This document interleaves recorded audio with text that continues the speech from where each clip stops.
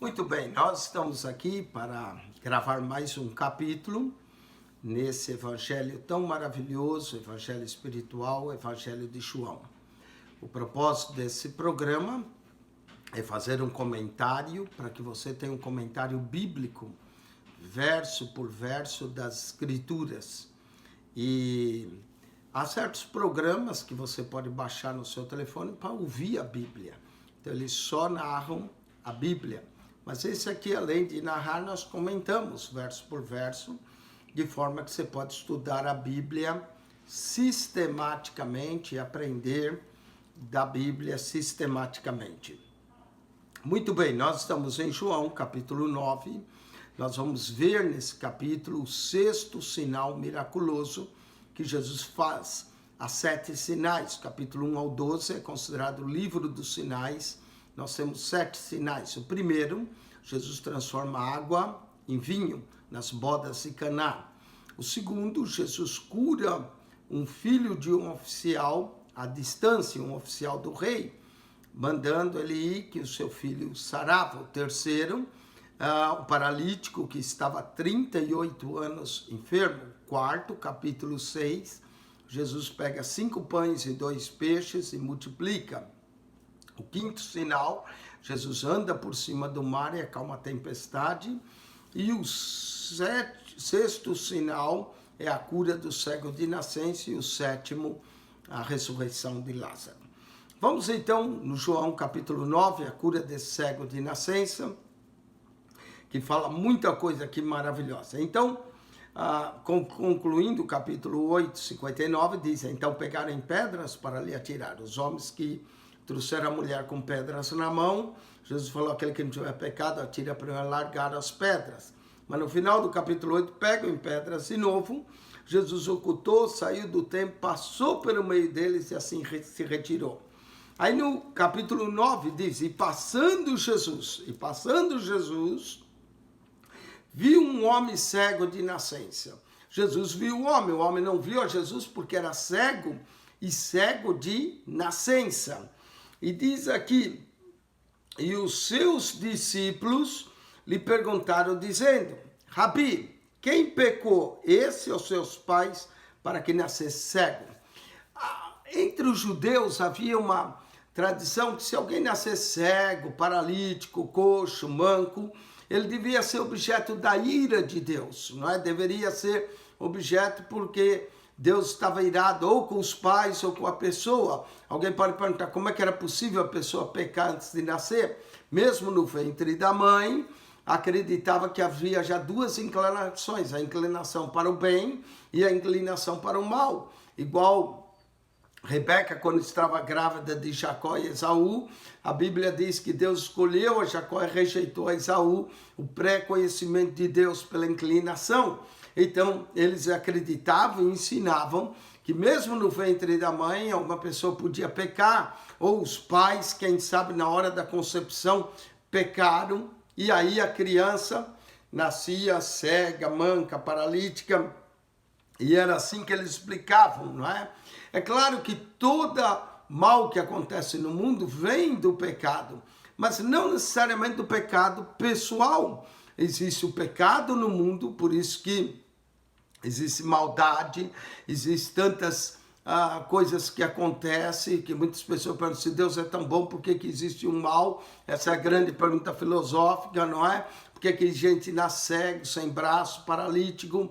Mas a grande verdade é que não é necessariamente pelo pecado pessoal. Sim, o pecado universal causou todos os males que nós temos, mas não necessariamente. Jesus vai nos ensinar isso e vai tirar essa ideia errônea. Não é que se algo de ruim acontecer é por causa do pecado. Como os amigos de Jó, né? Quando Jó perdeu todo o seu gado, seus servos, perdeu seus filhos, perdeu sua saúde, vieram os amigos e disseram: Jó, você pecou.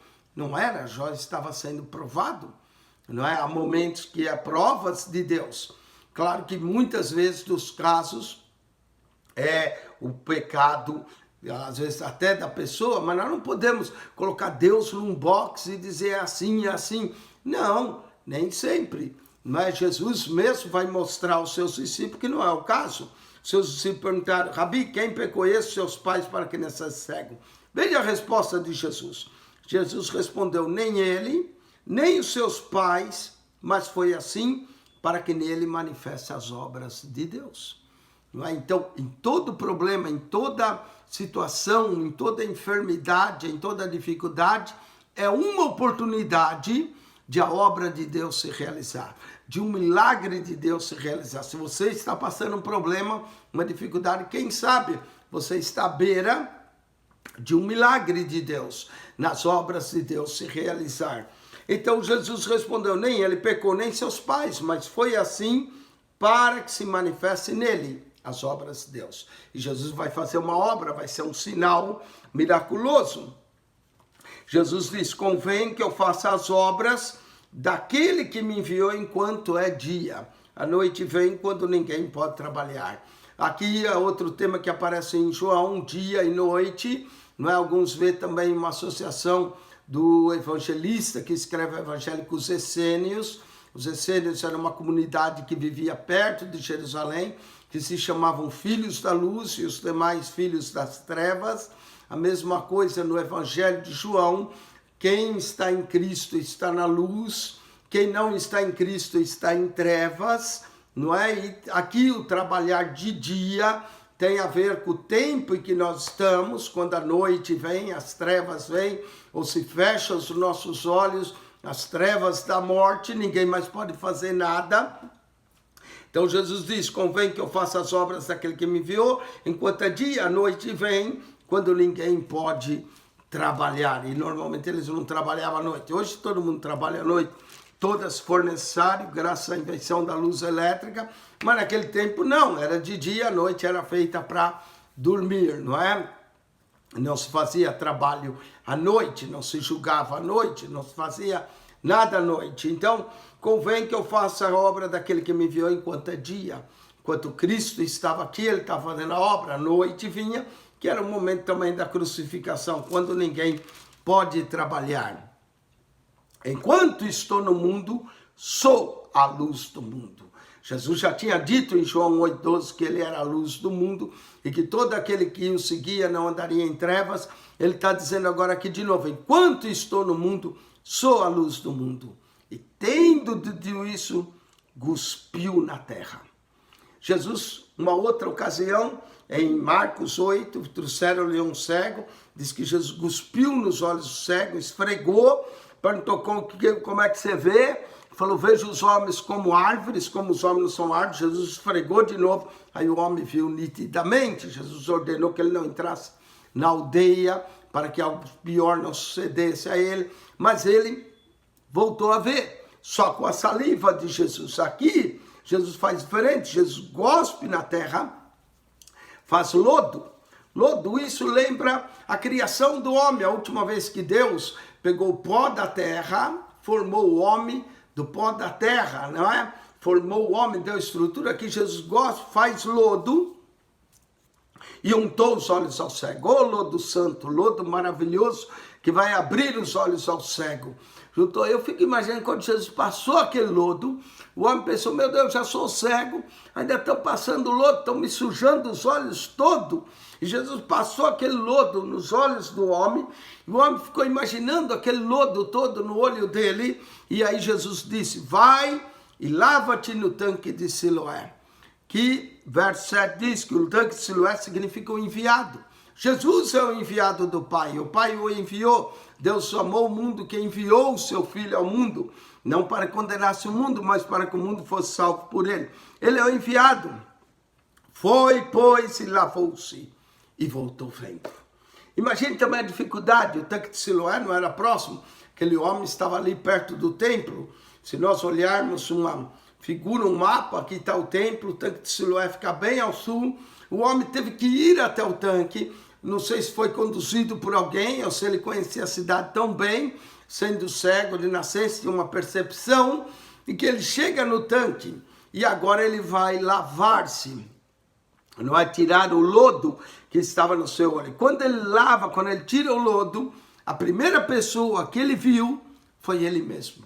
Ele era cego de nascença, ele nunca tinha visto como é que era a sua face, Mas quando ele passa a água do tanque nos seus olhos e tira o lodo e retira o lodo, aconteceu um milagre, ele voltou a enxergar, viu assim mesmo.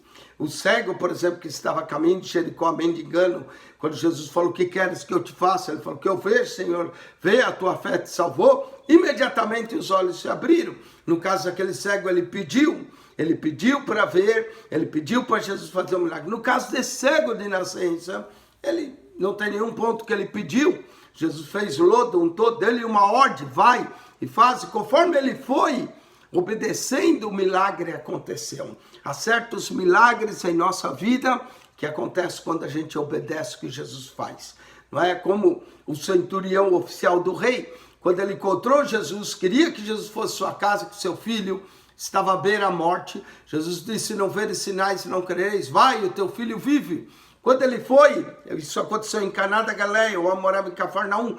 Quando ele está indo, veio-lhe os servos ao encontro, isso já no outro dia, disseram, Senhor, o teu filho vive. O teu filho vive. E ele perguntou, a que horas isso aconteceu?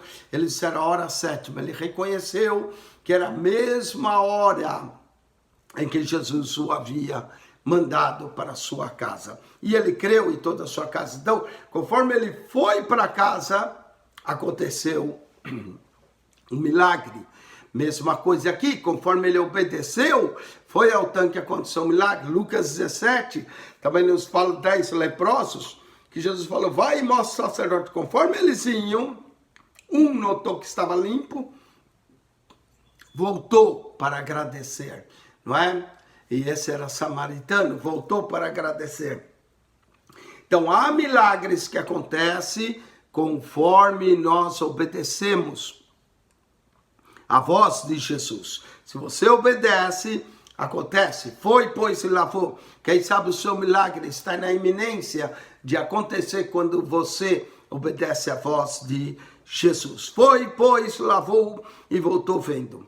Então, os vizinhos que conhecia aquele homem, não é? E ele já não era mais criança, nós vamos ver que ele tinha idade. Os vizinhos que o conheciam e que antes tinham visto que era cego, diziam, não é este aquele que estava sentado e mendigava? Uns diziam, é esse.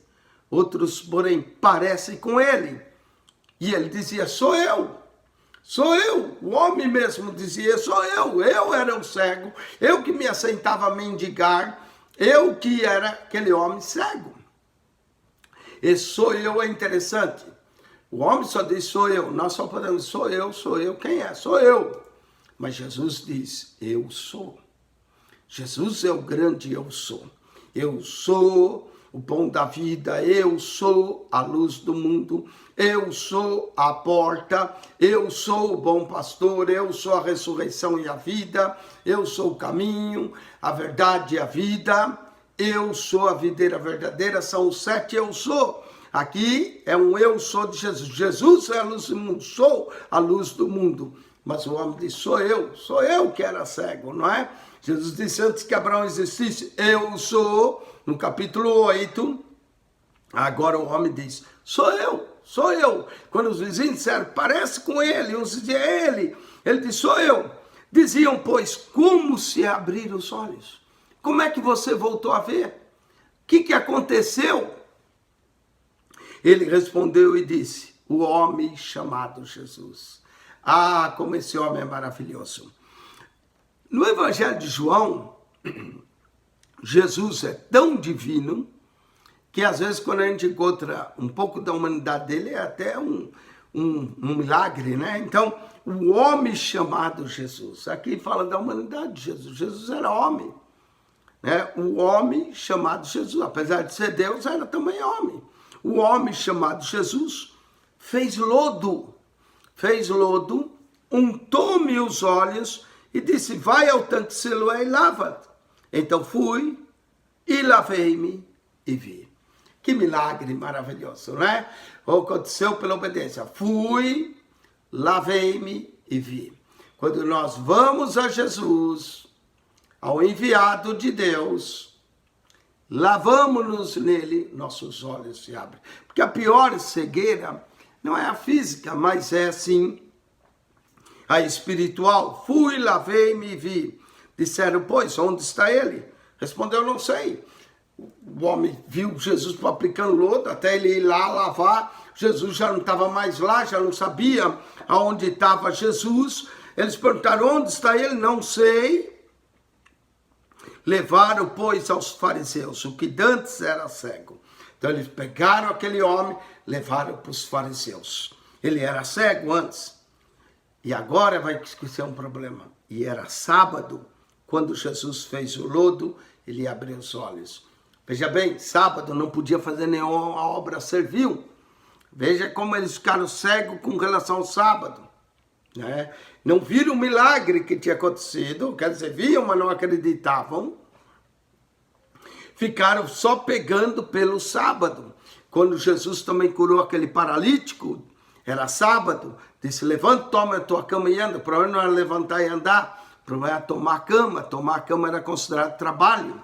Aqui o problema também não é tanto abrir os olhos ao cego, se bem que eles achavam que não tinha que ter cura no sábado, mas sim o fato de Jesus fazer lodo, considerado trabalho, cuspiu no chão, fez lodo, fez, é uma obra servil. Para eles, Jesus violava o sábado, então não podia ser de Deus. Esse homem, ficaram cegos com relação ao sábado, em vez de ver o Senhor do sábado, que é Jesus. Não é? Fez e lhe abriu os olhos.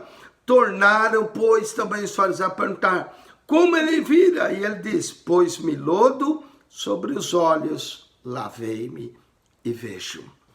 Então, aqui vai surgir uma discussão. Então, alguns dos fariseus diziam, esse homem não é de Deus, pois não guarda o sábado. Diziam outros, como pode um homem pecador fazer tais sinais? E havia dissensão entre eles. Jesus veio trazer dissensão. Ele disse, não cuideis que vim trazer a paz, vim trazer dissensão entre o homem e seu pai, entre assim os inimigos, os homens serão os da sua própria casa. Normalmente não dá para ficar no meio termo com Jesus. Ou nós cremos quem ele é, ou nós o rejeitamos, ou nós o aceitamos, ou nós rejeitamos a Jesus, e aí vai haver dissensão. Note que não é a primeira vez que há dissensão, também na festa dos tabernáculos, em João 7,12, diz assim, havia grande murmuração a respeito dele. Dizia alguns, ele é bom, e outros diziam, não, antes engana o povo. Agora, no capítulo 9, verso 26, então alguns dos fariseus dizem, esse homem não é de Deus. Esse homem não é de Deus. Por que eles dizem que não é de Deus? Pois não guarda o sábado. Ele faz lodo no sábado, ele trabalha no sábado. Diziam outros, como pode um homem pecador fazer tais sinais? E havia dissensão entre eles. Tornaram, pois, dizer ao cego, tu dizes, o que tu dizes daquele que te abriu os olhos? E ele respondeu, que é profeta. Interessante, né, que é profeta. Lembra a mulher samaritana, quando Jesus disse a ela, porque tivesse 5 maridos e agora o que tens não é teu marido, e isso dissesse com verdade, disse a mulher no 4,19, Senhor, vejo que és profeta. No capítulo 6, verso 14, também quando Jesus fez o grande milagre da multiplicação dos pães dos peixes, vendo pois aqueles homens lá que Jesus tinha feito, dizia, esse é verdadeiramente o profeta que devia vir ao mundo. Quando Jesus também entrou na cidade triunfal, montado num jumento, né? E a multidão ficou maravilhada e perguntavam, diziam, né, toda a cidade, quem é esse? No capítulo 21, verso 10 em Mateus, e a multidão disse, esse é Jesus, o profeta de Nazaré da Galileia. Agora o cego, quando eles perguntam, o que você diz ele? Que ele é profeta. A mulher já tinha dito, vejo que és profeta. E quando Jesus fez pães e peixes, é profeta. Quando ele entrou, é profeta. O problema não é crer que Jesus era profeta, porque ele era. Os muçulmanos também creem que Jesus é profeta. Só ouve a Maomé porque diz que tem que ouvir o último profeta. Mas Jesus é mais do que profeta. Jesus é o Filho de Deus. E nós temos que confessar que ele é o Filho de Deus, como que no final o homem já cria que Jesus era profeta. Mas depois ele vai chegar à conclusão que Jesus é o Filho de Deus, vai se prostrar e adorar a Jesus. E o que dizes dele? Que é profeta. que é profeta. Mas ele é mais do que profeta, ele é o Filho de Deus. Essa é a confissão, quando Jesus perguntou, quem diz os homens que eu sou? Tu és o Cristo, Filho de Deus vivo, disse Pedro. Ele é profeta, mais do que profeta, ele é o Filho de Deus. Amém? Os judeus, porém, não creram que ele tivesse sido cego. Imagine só, eles duvidaram que o homem era cego. Eles achavam que aquele homem se fazia passar por cego e para enganar, para mendigar. Eu sei que a gente que faz isso, gente que não é mendigo, se faz mendigo, ganha a vida dessa forma, não é? Mas esse homem era cego, cego de nascença, mas eles duvidaram. Disseram, não é possível que esse homem é cego, não é possível que isso tenha acontecido. Tudo para negar o milagre, tudo para acusar a Jesus. Tu diz que ele disse que é profeta. Os judeus não creram que ele tivesse sido cego e que agora visse. Então chamaram os pais do que agora via. Chamaram os pais, talvez mandaram o homem sair, foi inquirir os pais e vão dizer, esse é o vosso filho que vós dizeis ter nascido cego? Como pois vê agora? Seus pais responderam e disseram, sabemos que esse é nosso filho e que nasceu cego. Mas como vê, não sabemos. Quem sabe os pais nem tiveram chance de ouvir muito, porque na hora que ele estava chegando, os vizinhos já viram, já levaram para os fariseus. Como vê, não sabemos. Ou se sabiam, negavam que sabiam, porque tinham medo de confessar que Jesus era o Cristo. Ou quem tem ali aberto os olhos, não sabemos.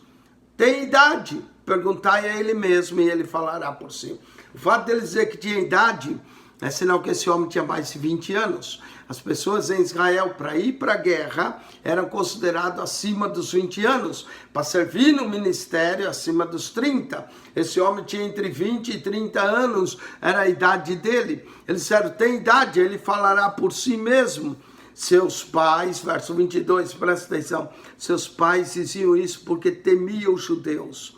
Porquanto já os judeus tinham resolvido que se alguém confessasse ser ele o Cristo, fosse expulso da sinagoga. Eles já tinham passado na sinagoga um decreto que se alguém confessasse que Jesus era o Cristo, tinha que ser expulso da sinagoga. Imagine só, ser expulso da religião, ser considerado anátema pelos judeus, ser rejeitado, excluído da comunidade. Já tinham dito os pais, com medo de ser excluído, disseram, bom, é melhor a gente não falar nada, e muito menos dizer que o homem é o Cristo, não é? Senão a gente é expulso da sinagoga. É melhor dizer que ele é só profeta. Se dissermos e confessarmos que ele é o Cristo, seremos expulsos da sinagoga.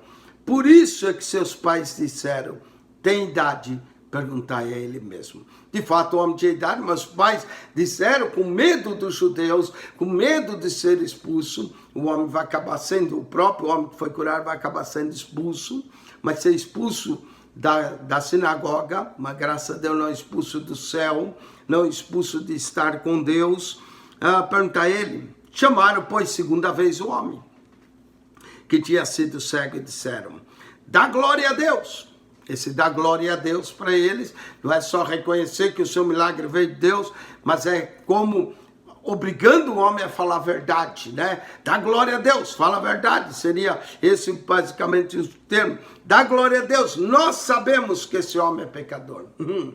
Sabiam que Jesus era pecador? Por quê? Porque fez lodo no sábado, porque untou os olhos, porque curou o cego. Nós sabemos que esse homem é pecador. Respondeu, pois ele disse, se é pecador, eu não sei. Uma coisa eu sei, que eu, havendo sido cego, agora vejo. Que coisa tremenda, não é? Que maravilha. O homem disse, olha, se esse homem, Jesus, é pecador, eu não sei. Uma coisa eu sei, que havendo sido cego, agora eu vejo. Que maravilha, não é? Que testemunho maravilhoso. E aí eles tornaram a dizer, que te fez ele? Como te abriu os olhos? Como é que ele te abriu os olhos? O cego já tinha dito, eles não ouviram. Respondeu-lhes, já vos disse, não ouviste. Para que quereis tornar a ouvir? Quereis vós, porventura, fazer também seus discípulos? Agora o cego começa a pressionar eles, não é? Antes eles perguntavam ao cego, agora o cego começa a perguntar: será que vocês querem se tornar discípulos dele? Então injuriaram, xingaram ele, não é? Disseram: discípulo dele seja tu, nós, porém, somos discípulos de Moisés. Eles se consideravam discípulos de Moisés, seguiam a lei de Moisés, e estava lá quem era maior do que Moisés. Eles ainda dizem: nós sabemos bem que Deus falou a Moisés, mas esse não sabemos de onde ele é. Esse é outro termo interessante, não sabemos de onde ele é. Presta atenção, no capítulo 7, talvez eram outros judeus, mas no capítulo 7, verso 27, esses judeus disseram: todavia, bem sabemos de onde esse é, mas quando vier o Cristo, ninguém saberá de onde ele é. Interessante, no capítulo 7, 27, eles diziam que sabiam de onde Jesus era, mas quando Cristo viesse, não saberiam de onde ele era. No capítulo 8, verso 14, Jesus respondeu e disse: ainda que eu testifico de mim, meu testemunho é verdadeiro, porque sei de onde vim e para onde vou, mas vós não sabeis de onde vim, nem para onde vou. E quando Jesus falou isso: não sabeis de onde vim, nem para onde vou, eles falaram: para onde ele vai? Alguns chegaram até a pensar que ele ia se matar. Verso 22 do capítulo 8 diziam: pois judeus, porventura querá matar-se a si mesmo, porque diz: para onde eu vou, vós não podeis vós ir. Não é? No capítulo 8, Jesus diz: vocês não sabem de onde eu sou. No capítulo 7, 27, disseram que sabia. Agora, e ainda disseram mais: quando Cristo viesse, ninguém saberia de onde ele era. Agora, no capítulo 9, eles disseram: nós sabemos que Deus falou a Moisés, mas esse não sabemos onde é. Será que eles estavam confessando que agora Jesus era o Cristo? Porque eles disseram: quando Cristo vier, ninguém saberá de onde ele é. Esse não sabemos de onde ele é. O homem respondeu, agora o homem que fora cego, respondeu e disse: nisto está a maravilha, que vós não sabeis aonde ele é, e me abriu os olhos. Vós não sabeis aonde ele é, mas ele me abriu os olhos. E agora o cego vai dar uma lição para eles tremenda. Ora, nós sabemos que Deus não ouve a pecadores, mas se alguém é temente a Deus, faz sua vontade, a esse ouve. Desde o princípio do mundo, nunca se ouviu que alguém abrisse os olhos a um cego de nascença. E o cego vai concluir: se este não fosse de Deus, nada poderia fazer. Que maravilha! Olha a conclusão que o cego começou. O cego começou: nisso está a maravilha, vocês não sabem de onde ele é, mas ele me abriu os olhos. Nós sabemos, segunda lição que o cego ensina, nós sabemos que Deus não ouve pecadores. Mas se alguém é temente, a esse ele ouve. Esse homem tem que ser temente a Deus. E os sinais que esse homem faz tem que vir de Deus. Não é? Não foi o que Nicodemos falou: bom mestre, bem sabemos que és vindo de Deus, porque ninguém fazes os sinais que tu fazes se Deus não estiver com ele. Rabi, sabemos que és mestre vindo de Deus.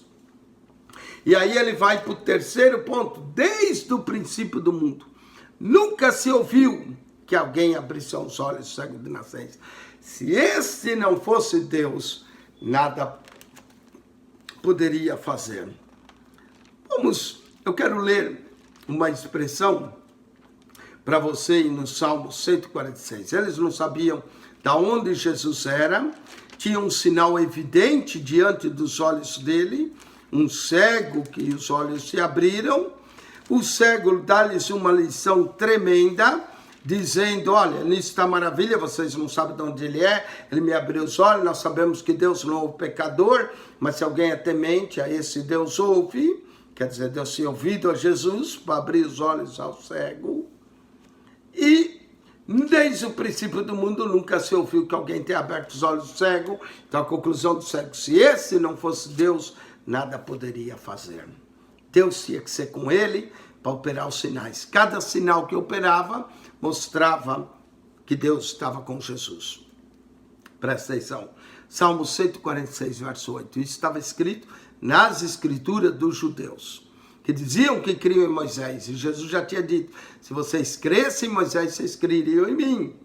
João capítulo 5, 48, porque Moisés escreveu a meu respeito.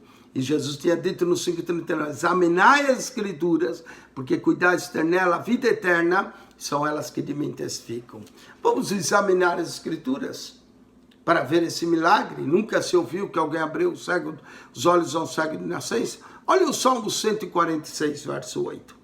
Diz, o Senhor, Yahvé aqui, abre os olhos aos cegos. Espera aí. Quem abre os olhos ao cego é Yahvé. Se Jesus abriu os olhos ao cego, Jesus era de fato aquele que ele disse que ele era.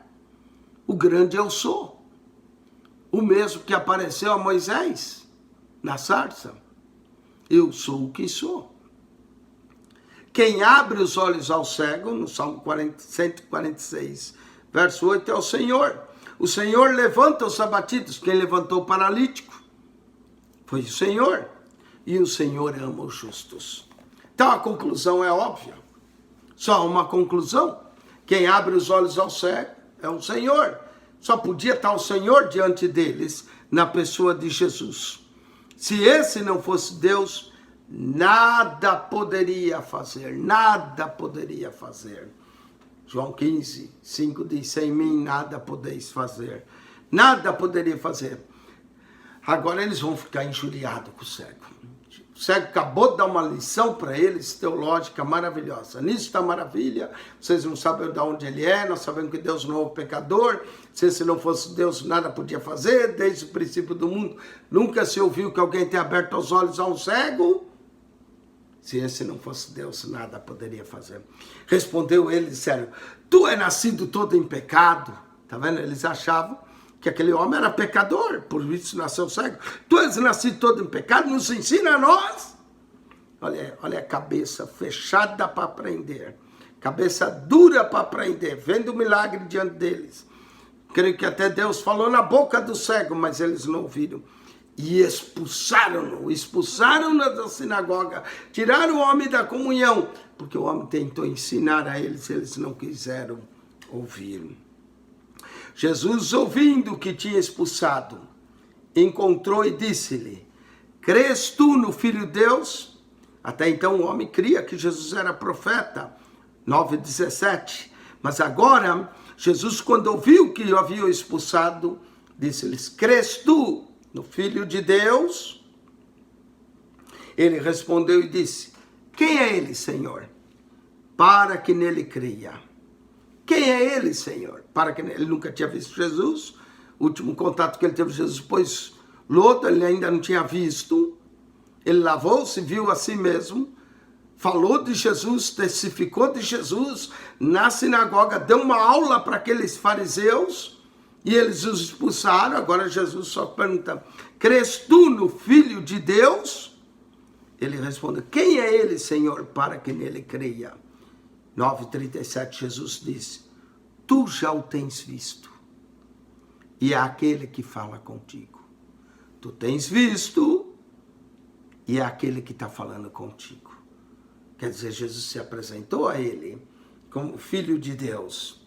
Para algumas pessoas, Jesus fez isso, fez para a mulher samaritana. Eu sei, quando Cristo vier, nos ensinará todas as coisas. Jesus falou, sou eu que falo contigo. Agora, tu já o tens visto, é aquele que fala contigo. E ele disse, creio, Senhor. E o adorou. Que maravilha! Crer no Filho de Deus, crer no Senhor Jesus e adorar a Jesus. Creio, Senhor, e o adorou. Essa é outra maravilha. Jesus aceitava ser adorado. Quando Jesus foi tentado pelo diabo, Jesus disse, né? Vai-te embora, Satanás. Adorarás ao Senhor teu Deus e só a ele servirás. Mas Jesus aceitava ser adorado. Isso prova que Jesus é divino. Ele falou, creio, e o adorou. Adorou a Jesus. Como é maravilhoso adorar Jesus. Verso 39, agora vem uma lição maravilhosa. Uma lição que encontramos em todo o Evangelho de João. E eu vou mostrar alguns versos para você acerca desse verso 39. Uma coisa maravilhosa que eu quero que você preste bastante atenção nesse tema aqui do 39 de João. Jesus disse: eu vim a esse mundo para juízo. Presta atenção. Eu vim a esse mundo para juízo, a fim de que os que não vê, vejam, e os que vê se tornem cegos. Então, Jesus é o juiz de toda a terra.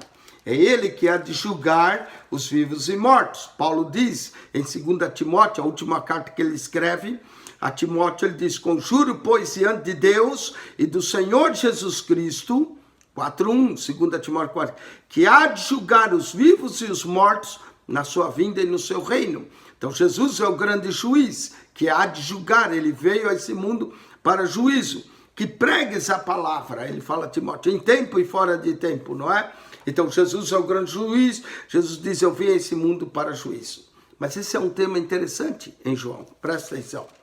João capítulo 5, verso 22, diz assim a palavra de Deus, em João 5, 22, Jesus disse: e também o Pai a ninguém julga, mas deu ao Filho todo juízo. O Pai a ninguém julga, mas deu ao Filho todo juízo. Então o Pai não julga, quem julga é o Filho. João 8,15 diz a palavra de Deus assim: vós julgais segundo a carne, eu a ninguém julgo. Peraí, o Pai a ninguém julga, deu ao Filho todo juízo. Quando chega a vez de Jesus julgar, Jesus diz: vós julgais segundo a carne, eu a ninguém julgo. Ué, então ele não julga? Por que ele não julga? Presta atenção, João 12, 47 diz: se alguém ouvir as minhas palavras e não crer, eu não o julgo. Porque eu vim não para julgar o mundo, mas para salvar o mundo. Então presta atenção, Jesus veio salvar, não veio julgar o mundo. Veio salvar a mim, veio salvar a você. Ele vem para nos salvar, ele é o amado Salvador. Mas se alguém rejeita esse amado Salvador, o amado Salvador de hoje será o severo juiz de amanhã para aqueles que rejeitaram o Salvador. O verso 48 diz isso, que 12, 48, quem me rejeitar a mim e não receber as minhas palavras, já tem quem o julgue. A palavra que tenho pregado, essa o há de julgar no último dia. Então Jesus não veio para julgar, veio, na verdade, para salvar. Isso tem a ver também com João 3,17. Nós já lemos isso, já explicamos, porque Deus enviou o seu Filho ao mundo, não para que condenasse o mundo, mas para que o mundo fosse salvo por ele. Então Jesus, o Pai entrega o juízo para ele, ele há de julgar os vivos e os mortos, mas quando chega a vez de julgar, ele fala: eu não julgo a ninguém, eu não vim para julgar, vim para salvar. Ele é o amado Salvador. Mas aqui no 9:39, parece que é diferente. Ele disse: eu vim a esse mundo para juízo. Peraí, Jesus veio para julgar ou para salvar? Jesus é o Salvador ou é o juiz? Então nós temos uma dinâmica aqui interessante. Jesus é o grande Salvador, veio para salvar, mas quem o rejeita já está condenado. Quem o rejeita, a sua mensagem entrará em juízo, mas já está até condenado. É o que diz o 3,18. Olha só, quem crê nele não é condenado. Se você crê, se você entrega a sua vida a ele, a Jesus, e crê nele, como o cego fez, quem é, Senhor, para que eu creia? É aquele que fala contigo, já o tens visto, é aquele que fala contigo. Se prostrou e o adorou, a Jesus. Quem crê nele não é condenado, mas quem não crê, não é que vai ser, já está condenado, o 3,18 diz, porquanto não crê no nome do unigênito Filho de Deus. Eu espero que você entendeu. Jesus veio para te salvar. Ele pode ser teu amado Salvador, mas se você o rejeita, ele será o teu severo juiz amanhã. O que você quer, Jesus? Como Salvador ou como juiz? Eu prefiro Jesus como Salvador. Eu prefiro crer nele, o adorá-lo, servir a ele. Ele é o Salvador. Ele é o meu Salvador, ele é o teu Salvador, se você crer. Deixa eu contar uma história, uma parábola que eu ouvi e ontem eu achei interessante. Presta atenção, numa cidade pequena nos Estados Unidos, um homem cometeu um crime. Mas ele era um bom homem, as pessoas gostavam dele, ele cometeu aquele crime. E muita gente, por gostar daquele homem, e naquela cidade havia pena de morte. Normalmente a pessoa era enforcada quando matava outro. E aí eles fizeram uma carta para o governador, várias pessoas da cidade, dando testemunho daquele homem, pedindo que o governador livrasse aquele homem. O governador recebeu as cartas e o governador decidiu fazer algo. O governador, antes de perdoar o homem, decidiu se disfarçar de pastor, para conhecer o homem. Então o governador colocou um colete clerical, foi até a prisão com uma Bíblia e com as cartas que as pessoas trouxeram dentro da Bíblia. Chegou lá, foi falar com o homem para conhecer. Eu vim aqui lhe falar do amor de Deus. O homem foi bruto, foi ignorante. Fora daqui, eu não quero saber de nada. Eu vim lhe falar do amor de Deus. Não, não quero. Eu tenho umas cartas para ler para você. Eu não quero saber de carta nenhuma. Eu vou cuspir nessas cartas, eu cuspo em você. Foge daqui, vai embora daqui. E o governador, se vendo tão tratado mal, com ameaças daquele homem, disse, mas o senhor não quer ouvir? Não, não quero coisa nenhuma. Vai-te embora antes que eu bato em você. O governador foi embora. Quando o governador foi, o carcereiro falou, rapaz, mas que burrice você fez. Esse homem não era pastor, ele estava só disfarçado, ele era o governador. Era quem podia te perdoar. Era quem podia te livrar da morte. O homem caiu em si do seu erro. Mas agora era tarde. Quando ele foi para a forca, a cidade toda reunida, ele diante da forca, com já a corda no pescoço, deram-lhe a última oportunidade de falar. Ele falou, eu quero dizer a todos que estão aqui, eu estou morrendo, não pelo crime que eu cometi, mas pelo perdão que eu rejeitei. Pelo perdão que eu rejeitei. Presta atenção, ninguém vai para o inferno por causa das suas obras.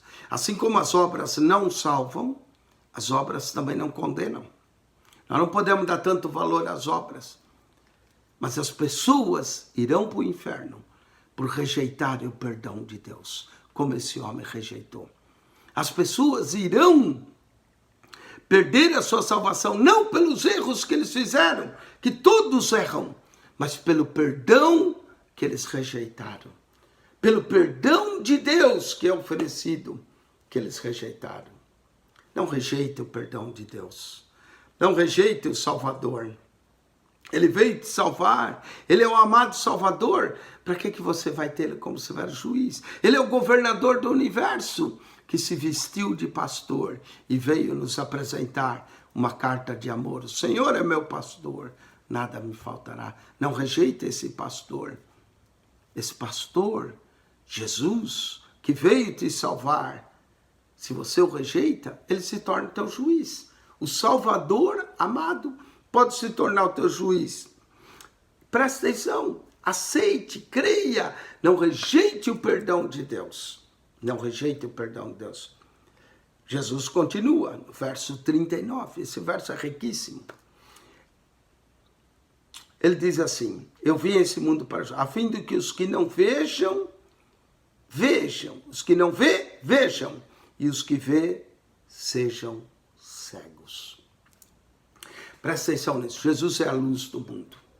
Nos nossos veículos, nós temos luz. A luz vai à frente. Quando a luz vai à frente, ela ilumina o nosso caminho. Quando a luz também está por trás de nós, ela ilumina o nosso caminho. Como Jesus diz, eu sou a luz do mundo. Quem me segue não andará em trevas. Se você tem a luz te guiando, você seguindo essa luz chamada Jesus, você nunca fica cego. Você conhece o caminho. Se a luz também está atrás de você te iluminando, você conhece o caminho. Mas presta atenção, quando você já dirigir o veículo à noite e de repente vê um carro com luz alta, o que acontece? Nos cega. Se nós vamos a favor dessa luz, ela ilumina o nosso caminho. Se nós vamos contra a luz, ela nos cega. Saulo de Tarso foi contra a luz. Perseguia os cristãos, prendia, estava indo contra a luz no capítulo 9. De repente aquela luz veio intensamente, caiu cego. Aqui Jesus abriu os olhos do cego. De Saulo caiu cego, mas quando caiu cego, nunca enxergou tanto. Começou a enxergar Jesus, começou a ver o Salvador, ouviu aquela luz intensa de Saulo, Saulo, por que me persegues? Já caiu cego e disse, quem és tu, Senhor? Mas agora ele viu. Cego, viu. Eu vim a esse mundo para que os que não vê, vejam. E os que vê sejam cegos. Não é? Presta atenção naqueles judeus, naqueles fariseus. Eles viam a Jesus. Viram um sinal miraculoso. Mas ficaram cegos. Quantos de nós nunca viu a Jesus e creu nele?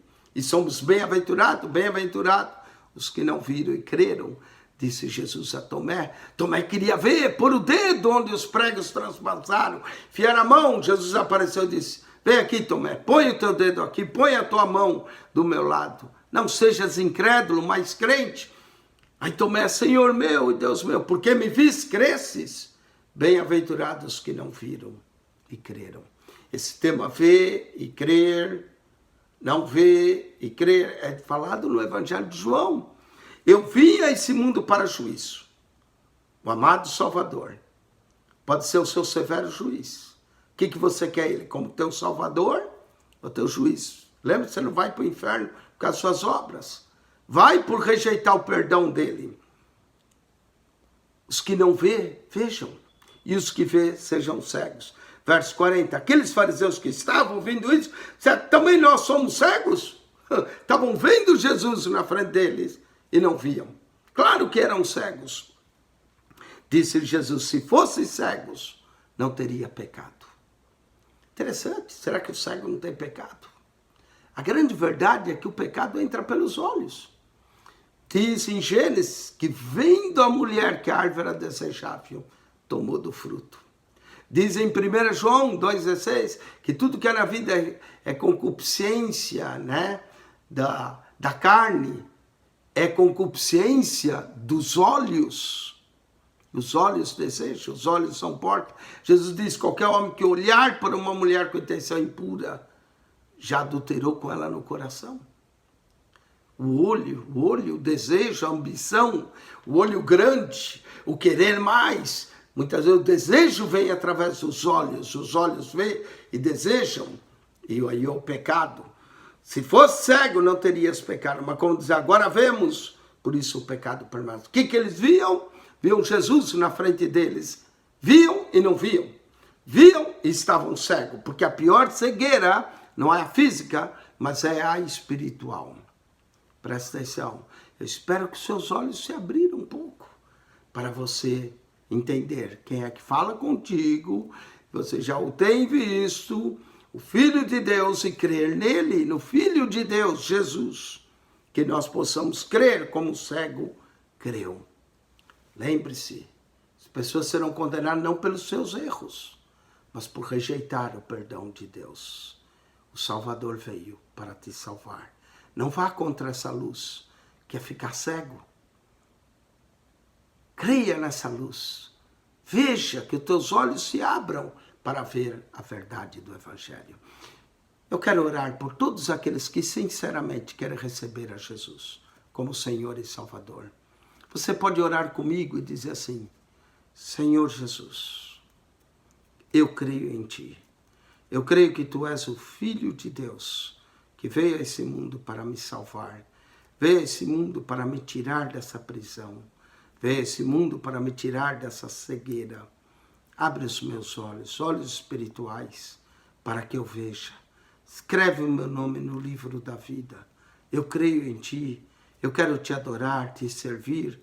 Eu creio no Teu perdão, no Teu amor, na Tua graça.